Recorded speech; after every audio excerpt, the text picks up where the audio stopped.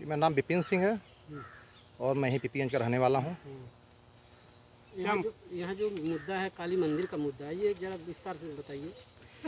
देखिए, काली मंदिर का मुद्दा जहाँ तक तो विगत 1-1.5 माह से चल रहा है और ये तो अब दूध का दूध पानी का पानी हो चुका है कि काली मंदिर की बाउंड्री वाल गेट किसने बनवाया है।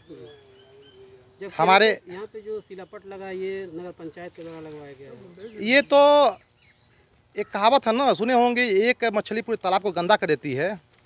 ठीक उसी प्रकार यहाँ का चेयरमैन है। ये अपने आप को भाजपा का नेता बताता है और चेयरमैन, ये सही है कि वो भाजपा का चेयरमैन है, लेकिन यह हमारा जो महाराज जी का जनपद है, महाराज जी के ईमानदारी की चर्चा ज़िले में नहीं, प्रदेश में नहीं, देश में नहीं, अब तो विदेशों में भी होती है कि वह किस नेचर की और कितने ईमानदार प्रवृत्ति के वह मुख्यमंत्री हैं।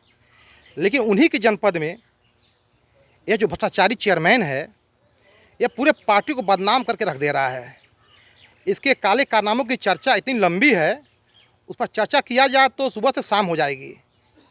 लेकिन अब यह दुर्भाग्य है हमारे नगर का कि इतना बड़ा भ्रष्टाचारी कैसे टिकट पा गया तो महाराज जी के नाम पर चुनाव भी जीत गया और जीतने के बाद ही तत्काल बाद इसके भ्रष्टाचार की जो पुराने कारनामे थे उसको इसमें दिन दूना रात चौगुना इसमें वृद्धि हो गई।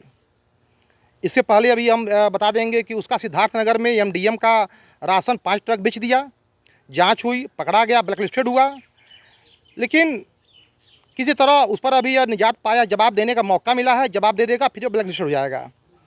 अभी मामला ठंडा नहीं हुआ था कि काली मंदिर का मामला आ गया और जब जांच हुआ तो कुछ मीडिया के माध्यम से बड़ी बेशर्मी से कह रहा था कि चेयरमैन बनने के बाद मैंने पहला विजिट किया, मेरी बहुत आस्था है, ये है वो है, ये सब उसका ढकोसलेबाजी है। वह सिर्फ लूट करने के लिए ही आया है और अब तो जांच हो चुकी है। जांच में 2 पीसीएस रैंक के अधिकारी जांच भी कर चुके और जांच में यह स्पष्ट हो गया कि इसने मंदिर का निर्माण कार्य बाउंड्री वाल नहीं बनवाया, विनोद गुप्ता जी ने बनवाया था।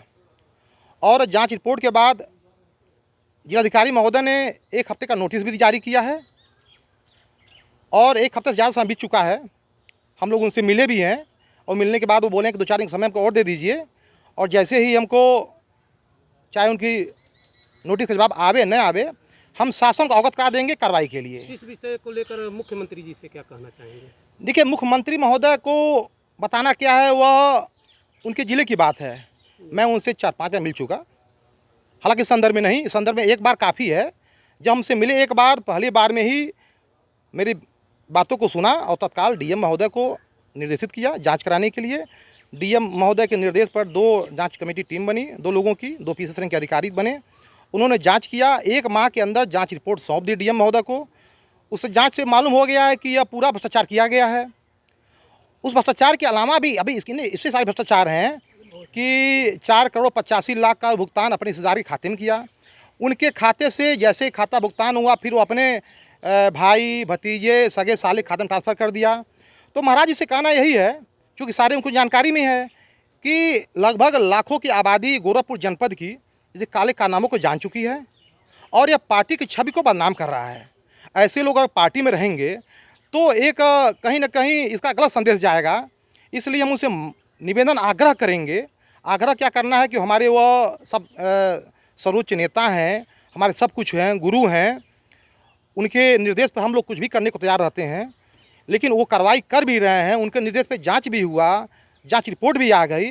अब यही हम उनसे मतलब आग्रह करेंगे महाराज जी से कि बहुत जल्द इस भ्रष्टाचारी को उसके किए की कर्मों की सज़ा मिले, जिससे यहाँ पीपीगंज क्षेत्र नहीं लगभग पूरे विधानसभा में मतलब क्या पूरे जनपद में इसे भ्रष्टाचार की चर्चा है। जल्द से जल्द न्याय मिले, ऐसे भ्रष्टाचारी का खाता सीज हो, जेल में जाए, जिससे आम लोगों में जो हमारे पार्टी की छवि है उसको कहीं दाग न लगने पावे।